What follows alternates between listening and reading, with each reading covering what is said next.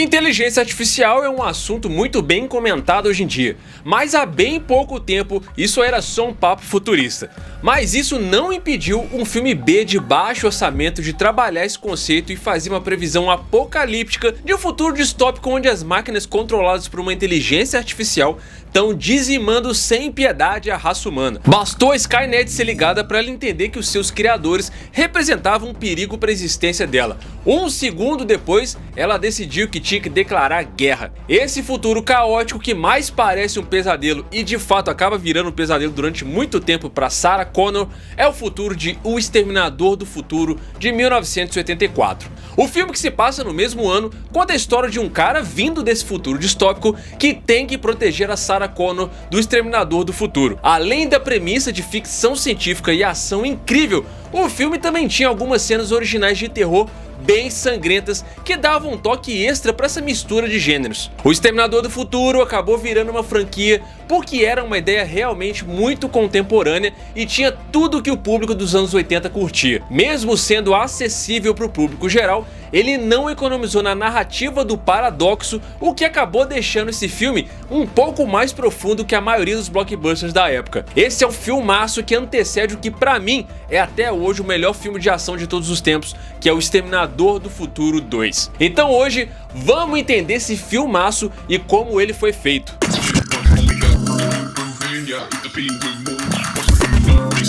O filme começa no agora não tão longínquo ano de 2029, em uma Los Angeles completamente devastada. Nesse primeiro momento do filme aqui, a gente já vê que as máquinas estão em guerra com uma humanidade que só tá tentando sobreviver. O próprio discurso de abertura já dá um tom de que nesse futuro as coisas estão bem difíceis para os humanos, quando ele diz que as máquinas surgiram das cinzas de uma guerra nuclear. A guerra para exterminar a humanidade permaneceu por décadas, mas a batalha final não seria travada no futuro e sim no presente. E esta noite. Essa ideia aí veio da cabeça do James Cameron, que ficou doente e teve um sonho estranho com um dorso metálico segurando facas de cozinha e saindo de uma explosão. Inspirada pelo diretor John Carpenter, que fez Halloween com pouca grana, o James Cameron decidiu usar esse sonho como um ponto de partida para escrever um filme de terror. Ele voltou para Califórnia, onde escreveu o rascunho de O Exterminador do Futuro. Para ajudar a transformar esse rascunho em roteiro, ele chamou seu amigo Bill Wisher. No rascunho original, eram 2 exterminadores sendo mandados para o passado. E olha só que interessante, no rascunho original do primeiro roteiro que ele estava fazendo, ele tinha pensado não só em mandar um exterminador para o passado, mas sim 2. E o segundo exterminador que ele ia mandar ia ser um exterminador feito de metal líquido. Se essa ideia parece aí já conhecida por você, é porque ela realmente é. Acontece que aquela ideia do T-1000 que tem no Exterminador do Futuro 2, do exterminador que é feito de metal líquido, já estava na cabeça dele. Mas ele é um cara paciente e sacou que a tecnologia de 1984 não era suficiente ainda para dar vida para esse exterminador. Então, de forma inteligente e bem paciente, ele guardou essa ideia e bons anos depois ele conseguiu trazer ela à tona como ele queria no Exterminador do Futuro 2. Aliás, o T-1000 é um exterminador de tirar o chapéu, né? Vamos combinar.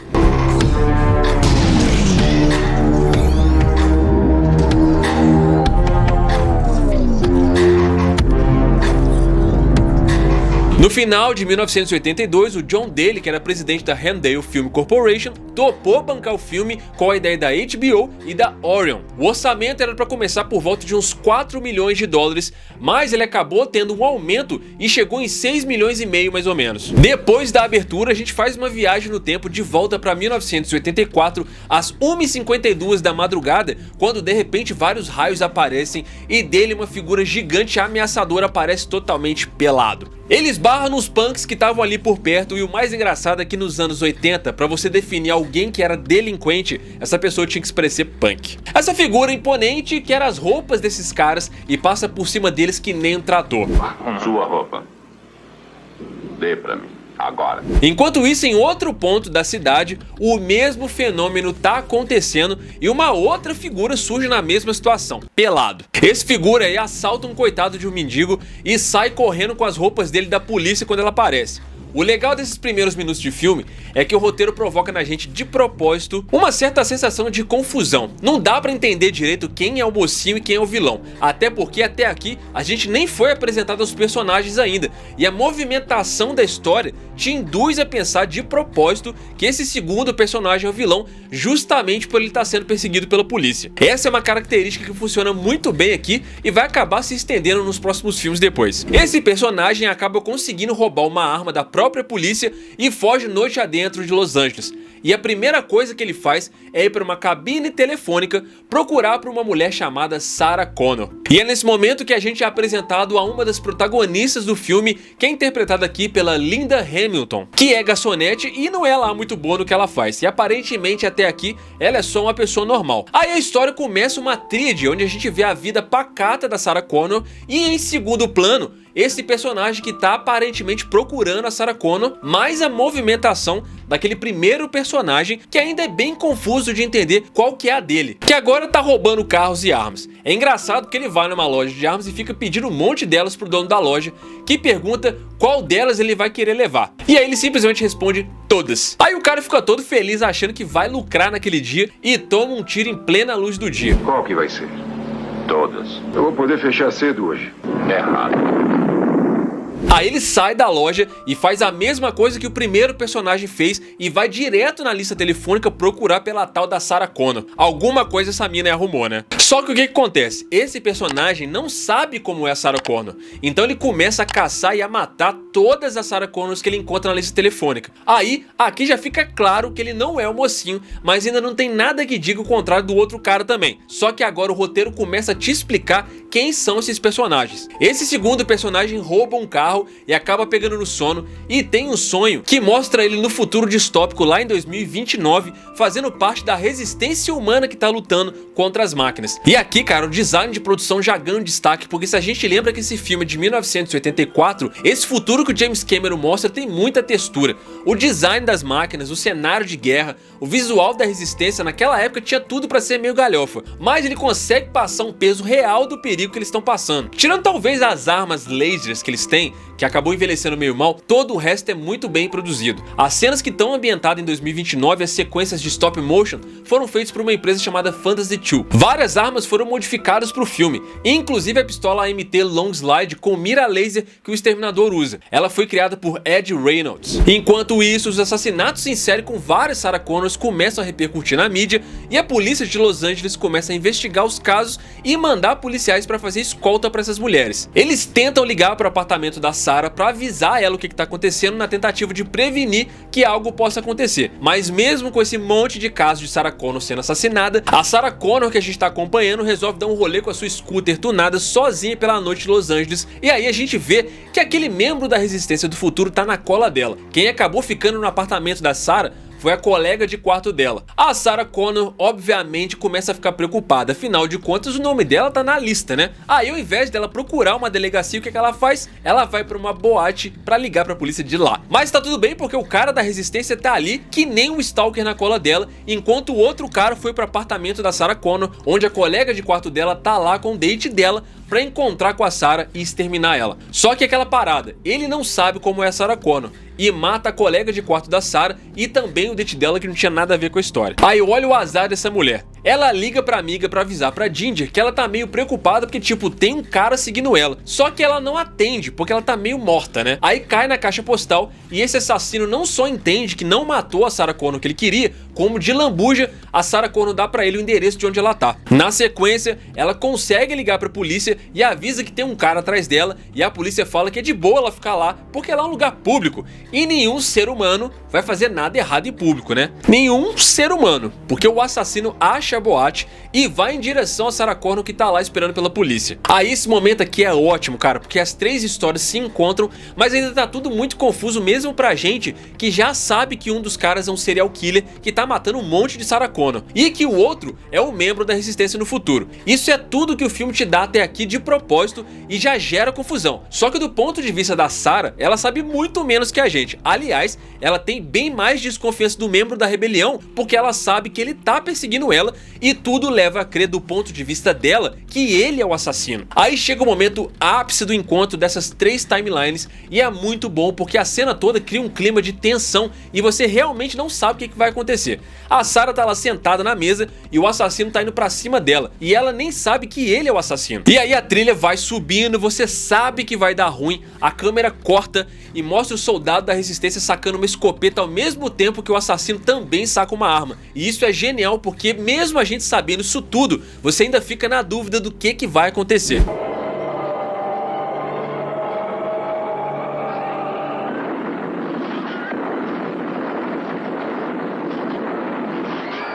O interessante aqui é que esses três personagens estão encurralados em situações de vida ou morte, sem chance de pedir ajuda. No mundo onde os filmes de sucesso estão concentrando muito mais ameaças gigantes, que são difíceis da gente se identificar com elas, porque tudo é sobre sobrevivência da nação, ou do mundo, ou às vezes mesmo até do universo, né? Gênio, bilionário, playboy, filantropo. O roteiro do James Cameron traz aqui uma ideia de sobrevivência de uma espécie ou outra, seja as máquinas ou os humanos, para um monte de confrontos que acontecem em lugares bem apertadinhos, causando ferimentos reais e horríveis em corpos individuais. Nada nos filmes da Marvel ou da DC dos últimos anos tem essa mesma força do momento final do filme, quando a Sarah Connor tira um pedaço de estilhaço da perna dela. Você não só vê e ouve o sangue e a dor dela, como também acaba sentindo isso por ela. Isso daí é a emoção que o filme faz, e é isso que sempre faz a diferença.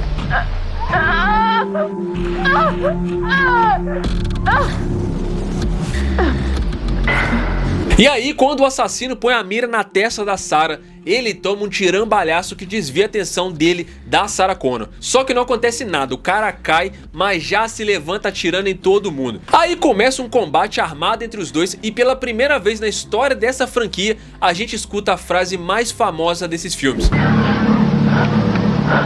Vem comigo se você quer viver.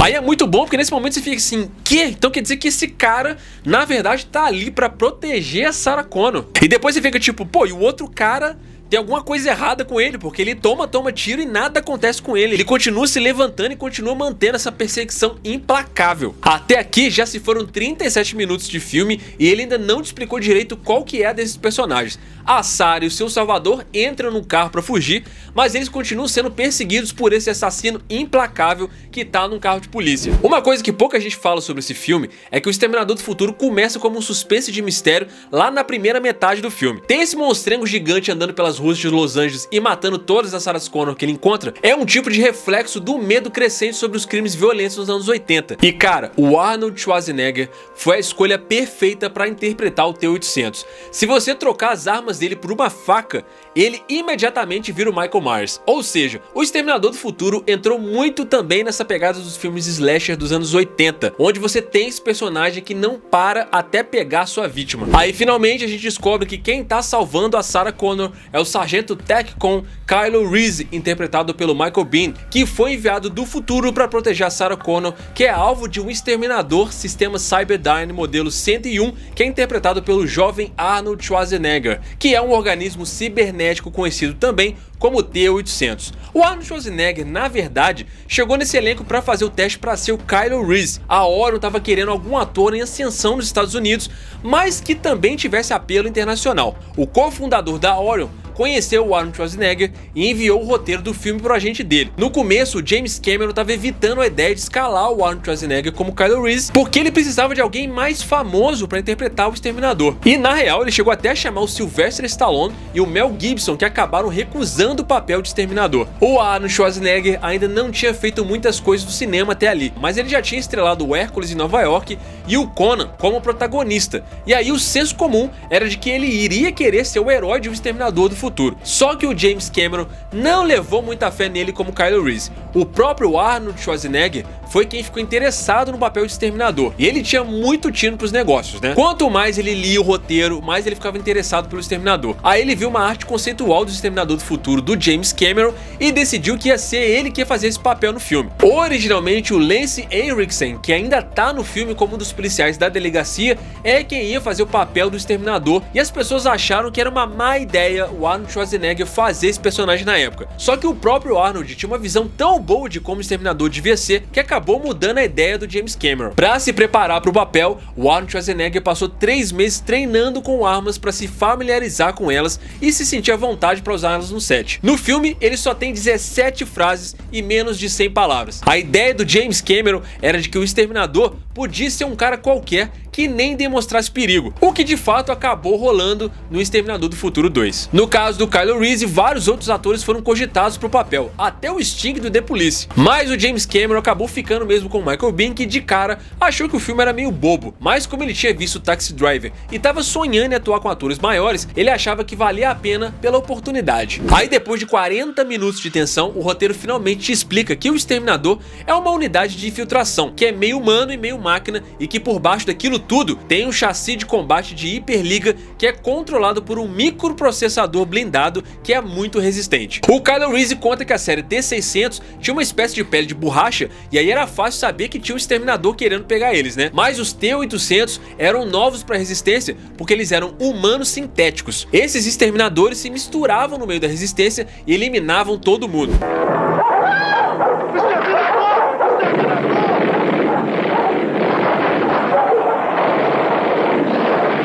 Mas assim também, né? O que é engraçado é que nesse futuro distópico aí, haja proteína pra manter um humano do tamanho do Arnold Schwarzenegger, né? Eu, se sou da resistência, bati o olho no primeiro fisiculturista... Ah, meu irmão, pô, tu é Exterminador, né? Pô, eu, se sou da resistência e bato o olho num cara ali que é fisiculturista, pô, mas na hora eu falar, mano, pra cima de mim, Exterminador, né, mano? Pelo amor de Deus, né? Todo mundo aqui subnutrido, magro, sem comida, e tem um cara de 2 metros de altura que é puro músculo. O que esse cara é? Não precisava nem de cachorro pra encontrar esses caras não, mano. Tava na cara que ele é um Exterminador, pelo amor de Deus. Aí o Keanu Reeves diz que, pelo menos pelos próximos 40 anos, não vai aparecer nada daquele tipo, explicando que, tecnicamente, tanto ele quanto o Exterminador são do futuro. A verdade é que o Exterminador tá caçando a Sarah Connor, porque no futuro vai rolar uma guerra nuclear provocada pelas máquinas que acabou com tudo, num cenário que sobraram muitos poucos sobreviventes. Uma nova rede de computadores prometia ser uma rede de autodefesa nova e poderosa e ficaria conectada a tudo, e deram a esse sistema todo o poder de decisão. Assim que ela tomou consciência,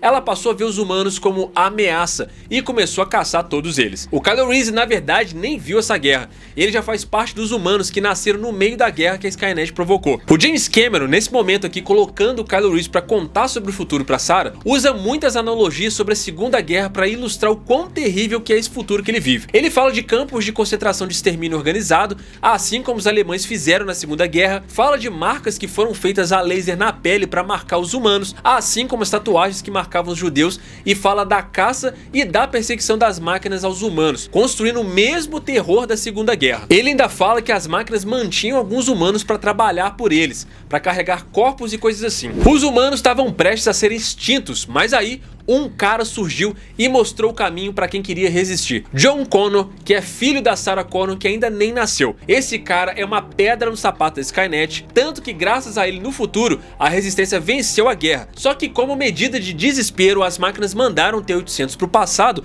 para matar a mãe do líder dessa resistência, já que o John, eles não conseguem derrotar. Aí eles matariam a mãe dele para que ele nunca nascesse. Depois de muitas cenas de ação, perseguição de carro, tiro, explosão, eles finalmente conseguem tapear o Exterminador, que vai continuar sua missão. Mas sabe quem não entendeu nada dessa história que o Keanu Reeves contou? A polícia, que entende na mesma hora que o Keanu Reeves é o bandido da história. O começo das filmagens de O Exterminador do Futuro foram marcadas para começar no início de 1983 em Toronto, mas elas foram adiadas por meses, porque por contrato, o Arnold Schwarzenegger ainda estava filmando o Conan. E enquanto esperava, o James Cameron foi contratado para escrever o roteiro de Rambo 2. Dizem por aí que isso aí até acabou impactando o roteiro de O Exterminador do Futuro. Nesse mesmo período, ele negociou a sequência do Alien, que acabou virando Aliens o Resgate. Nesse meio tempo, a Orion começou a dar um pitaco na produção do filme e sugeriu colocar na história um androide canino para acompanhar o Keanu Reeves, que obviamente o James Cameron não aceitou. Mas o estúdio queria que rolasse um romance entre a Sarah e o Keanu Reeves, que pode ter interferido no plot twist final do filme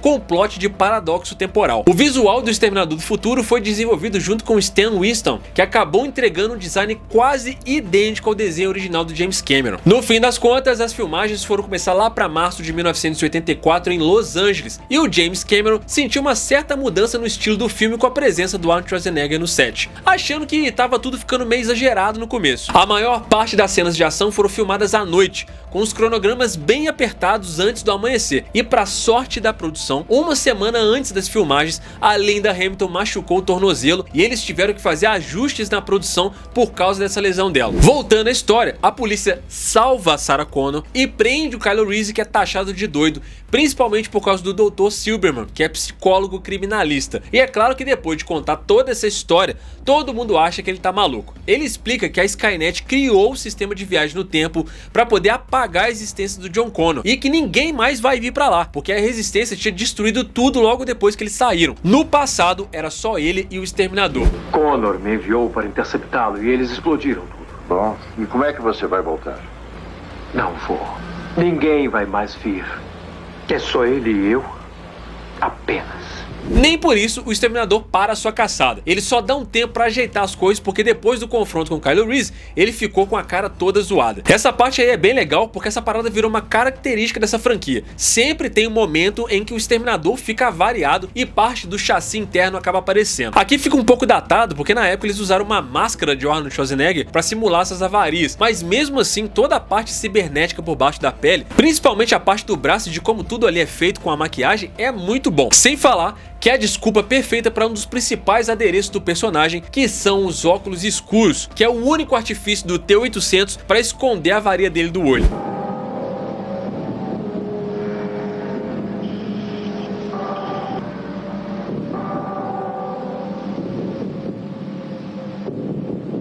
Ele sabe que a Sarah Connor tá cercada por mais de 30 policiais da delegacia. Aí ele vai até lá pra terminar a missão, numa das poucas cenas que o Arnold Schwarzenegger tem fala nesse filme, e diz que ele é amigo da Sarah e quer ver ela. Aí o policial de plantão, que tá de saco cheio, diz que ele vai ter que esperar, e ele diz na maior tranquilidade: "I'll be back." E volta atravessando a porta da delegacia de carro, esmaga o policial de plantão e faz um massacre na delegacia. Ele mata geral. Mata todo mundo! Não que o Kylo Reese não tenha avisado a geral que isso ia acontecer, né? Ele acaba aproveitando a confusão e foge junto com a Sarah Connor. Essa cena da delegacia, cara, é muito boa porque ela mostra o perigo real do Exterminador e de como é impossível parar ele. O James Cameron deixa claro que se esse cara te achar, ele vai te exterminar. Essa parte ficou tão característica que virou também uma parte clássica em quase todos os filmes da franquia, com essa parada do Exterminador invadindo o lugar e eliminando geral. Mas também acabou virando piada no cânone, porque essa parada meio que virou uma lenda entre os policiais, do cara que invadiu a delegacia e matou mais de 30 policiais sozinho. Depois de fugirem, Sarah Connor e Kylo Reese passam a noite juntinhos, onde o Kylo Reese explica como é viajar no tempo, e a gente descobre também que não foi por acaso que ele foi escolhido pra estar ali. Ele sabia quem era a Sarah porque o John Connor no futuro tinha dado pra ele uma foto dela, e aparentemente ele tava nutrindo um sentimento mais forte pela Sarah. Aí, curiosamente, ele começa a explicar como era o John Connor. Ele fala algumas coisas do tipo: "Ah, ele tinha minha altura, tinha os seus olhos, nossa, que papinho mole." Aí a Sarah pergunta quem é o pai, né? Já pensou se ela dispensa o cara que vai tornar possível o nascimento do líder da resistência? Aí o Kylo Reese diz que não sabe muita coisa e que ele morreu antes da guerra. Nessa parte aqui a gente vê a curva de aprendizado da Sarah Connor dentro da jornada do herói. Ela não consegue aceitar a missão dela, ela nem quer ser esse herói e nem entende como ela vai se tornar esse herói, mas é ela quem prepara o John Connor pro futuro. O Exterminador continua sua perseguição atrás da Sarah Connor, que foi se esconder com o Kylo Reese em um motel. Como ele não tá achando a Sarah, ele começa a reduzir a pesquisa em volta dos familiares dela e vai até a casa dos pais dela e fica lá esperando a Sarah ligar, e quando ela finalmente liga, ele consegue conversar com a Sarah pelo telefone, porque ele consegue simular a voz de outros humanos. Eu também te amo, querida. Nesse momento, os pais da Sarah Connor já estão mortos há muito tempo e agora eles sabem o endereço de onde eles estão. Enquanto isso, no motel, a Sarah e o Reese estão se conhecendo melhor, e aí eles ficam ali nesse papinho e tal, e acaba rolando um clima entre os dois. E aí o Kylo Reese, safadinho, acaba se dando bem com a mãe do chefe dele. Enquanto os dois estão no maior love, o Exterminador já achou o lugar onde eles estão e começa a perseguir eles mais uma vez. Só que dessa vez, o Kylo Reese estava preparado e montou um monte de bombas artesanais para contra-atacar e enfrentar o Exterminador, que tá na sua moto firme para alcançar a Sarah. A Sarah acaba conseguindo derrubar ele dessa moto jogando uma picape para cima dele, mas o carro deles acaba capotando nesse processo e o Exterminador do Futuro é atingido e atropelado por um caminhão que ele acaba usando para continuar a perseguição a Sarah. Aqui ele já tá com a máquina toda para fora do rosto, já com aquele design clássico do Exterminador surgindo através do rosto do Arnold Schwarzenegger. O Kylo Reese, no ataque de oportunidade, acaba conseguindo colocar uma dessas bombas dentro do escapamento desse caminhão, que acaba explodindo junto com o Exterminador lá dentro. Tudo parece que tá bem e aparentemente o Kylo Reese conseguiu exterminar o Exterminador. Mas aí do bem das chamas surge aquela figura que nem o Michael Myers pegando fogo. Apesar dele até ter caído, não demorou pro Exterminador mais uma vez se levantar. Só que dessa vez não tinha mais a carcaça do humano. Do meio dos escombros se levantou o T-800. Só aquele esqueleto bruto com a missão de matar a Sarah Connor. E como esse design é bom, cara, o visual dele é muito ameaçador e aqueles olhos vermelhos dão uma sensação de ameaça muito grande. Talvez a única parada que estraga um pouquinho a experiência aqui é o stop motion, que ficou um pouco datado. Os movimentos são até bons, mas como era uma técnica que carecia ali de um blur motion, assistindo hoje a gente sente um pouquinho, sabe? Mas mesmo assim é muito bem feito. A perseguição continua pra dentro de uma fábrica. O Exterminador continua implacável atrás da Sarah e o Kylo Reese tá ferido. Ele já não tem mais muito o que fazer para impedir ele de concluir a missão. Eles vão se escondendo e tentando confundir o Exterminador com as máquinas dentro da fábrica e vão improvisando, até a hora que eles ficam cara a cara com o Exterminador, que vai pra cima do Kylo Reese e derruba ele fácil. Mas ele ainda tinha mais umas bombas caseiras que ele fez, e aí mais uma vez ele se aproveita de uma oportunidade e encaixa a bomba no Exterminador, que explode e arranca as pernas dele. Nesse processo o Kylo Reese acaba morrendo e mesmo com o sacrifício dele, o Exterminador não para de perseguir a Sarah. Agora sem pernas, se arrastando pelo chão, ele continua tentando cumprir a missão dele. A Sarah vai se arrastando também porque ela tá com a perna machucada e essa perseguição dramática continua dentro de um corredor de uma prensa hidráulica. O plano da Sarah é passar pelo corredor e sair antes do Exterminador para conseguir esmagar ele nessa prensa. Ela acaba conseguindo por muito pouco e só o braço do Exterminador fica intacto no processo. Assim o Exterminador é esmagado por essa prensa hidráulica e finalmente para de perseguir a Sarah. Ela finalmente conseguiu fechar o arco de desenvolvimento do personagem dela e se tornou aquilo que tá lá predestinado a ser, a mãe do grande líder da resistência, John Connor. O que realmente fez esse filme ser tão bom não foi só essa obstinação do T-800, mas também a determinação do elenco e da equipe técnica em fazer o filme decolar, não importando os problemas. O James Cameron enfrentou os chefes do estúdio, sendo que um deles chegou a sugerir que ele cortasse as cenas finais da fábrica. A resposta do James Cameron foi literalmente foda! Ele também ignorou o pedido do estúdio para filmar mais cenas durante o dia, escolhendo por conta própria fazer muitas cenas noturnas, mesmo sabendo que elas iam ser mais caras. Ele estava determinado a seguir o instinto dele como diretor, porque acreditava que isso não ia ter um grande impacto de custo. Acontece que um produtor faz as escolhas estéticas e depois descobre quanto que custa. Aí ele trabalha dentro dessas restrições de orçamento e de cronograma. O que interessa no fim das contas é o resultado. Agora, como diretor, a situação é o contrário. Ele tem condições do estúdio dizendo como os filmes têm que ser feitos. Embora a gente esteja aqui falando de O Exterminador do Futuro, essa filosofia talvez seja o que contribuiu justamente para o sucesso do James Cameron no cinema. O filme termina com ela de Jeep passeando pelo deserto e mostrando o clássico diário que mais pra frente o John Connor vai usar para aprender muita coisa sobre o futuro. Quando ela aparece, a gente vê que ela tá grávida. O Kylo Reese, na verdade, foi enviado ao passado para defender a mãe do John Connor, que na verdade é seu filho, fechando um paradoxo temporal muito legal pro filme. Ela tira uma foto num posto de gasolina e uma Polaroid e adivinha só, a foto que ela tirou era justamente a foto que o Kylo Reese tinha guardado. Quando a produção terminou de filmar cenas pro Exterminador do Futuro, eles ainda tiveram que fazer mais algumas inserções. Foram algumas cenas mostrando o Exterminador do Futuro fora do apartamento da Sarah, o Kylo Reese sendo colocado em um saco de cadáveres que foi filmado com uma bolsa do James Cameron e a cena da cabeça do Exterminador sendo esmagada pela prensa. A cena final, onde a Sarah tá dirigindo na rodovia, foi filmada sem permissão. O James Cameron e o Hurd tiveram que convencer um oficial a deixar eles filmarem, explicando que eles estavam fazendo um filme de faculdade. A Orion Pictures não estava levando muita fé nesse filme nas bilheterias e estava com muito medo de uma recepção negativa da crítica. Lembrando que esse filme foi considerado um filme de ação B. O estúdio decidiu fazer só uma sessão para a imprensa, mas quando o Exterminador do Futuro chegou nos cinemas em outubro de 1984, quem foi ao cinema foi presenteado com um ótimo filme de ação e ficção científica com um final incrível. O Exterminador do Futuro custou aos estúdios 6 milhões para ser feito e arrecadou cerca de 38,3 milhões só nos Estados Unidos e Canadá e mais 40 milhões de dólares em outros países, totalizando 78,3 milhões de dólares mundialmente, o filme foi um sucesso. Isso ajudou a colocar o James Cameron no radar de Hollywood e o filme acabou dando origem a uma série de sequências, videogames e séries. Além do sucesso financeiro, O Exterminador do Futuro é um dos raros filmes de ação a ter uma classificação de 100% no Rotten Tomatoes. Esse lance de viagem no tempo no cinema é sempre complicado, né? E mudar o passado para mexer com o futuro sempre foi aquele elemento chave da ficção científica. O Exterminador do Futuro não fugiu disso e criou um dos maiores paradoxos de viagem no tempo do cinema, usando isso para falar sobre como o futuro é inevitável, coisa que as continuações também exploraram. Olha só, o Kylo Reese, sendo pai do John Connor, criou logo de cara um paradoxo, porque o John Connor nem existiria se o Kylo Reese não tivesse voltado no tempo para salvar a Sarah, mas o Kylo Reese